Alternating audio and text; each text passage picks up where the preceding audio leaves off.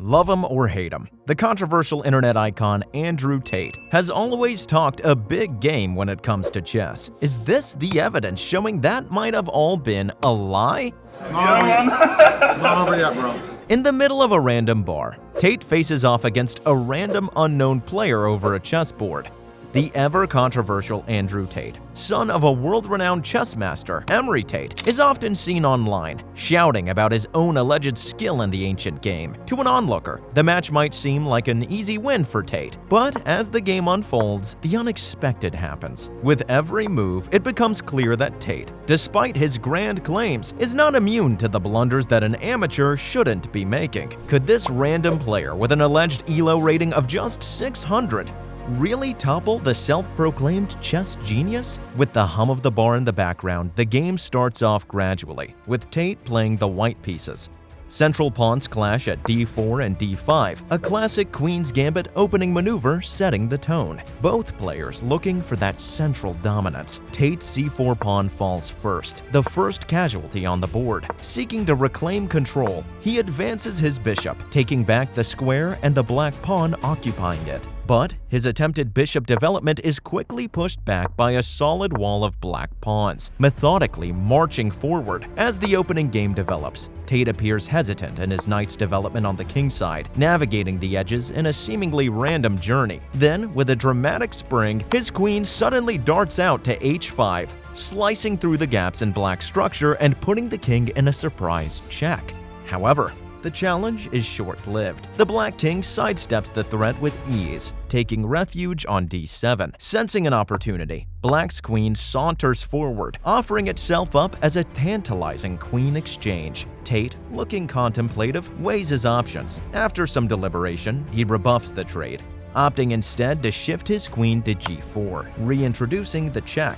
Black promptly responds to Tate's aggressive posture, deploying a pawn to e6 and stifling the queen's menace. With his signature move neutralized, Tate castles, solidifying his king's position, while his opponent relocates his own king to a safer position, all the while advancing his pawns menacingly towards Tate's queen. The game appears to be turning. Under the weight of this relentless pawn push, Tate's queen seeks refuge on g3. Yet, this sanctuary is only short-lived. The black pawns, not slowing down in their march forward, put Tate's queen under direct threat. In a bid for dominance, Tate's queen lunges to d6, pinning the black king with another check. Yet, black is prepared. Swiftly, a bishop blocks, shielding the king from the queen's piercing gaze. The scene is set for a showdown. As Tate works on rallying his other pieces, perhaps too overconfidently or simply miscalculating, he overlooks a glaring vulnerability. With the audience watching in anticipation, Tate, surprisingly, commits a schoolboy error. In a turn of events no one predicted, his once dominant queen is at huge risk of being snatched from the board, leaving him at a significant disadvantage. Tate's queen, perched confidently on d6, seems temporarily safe, but the board is buzzing with low-level threats. A knight, anchored by an untouched bishop at f8, shifts to g6,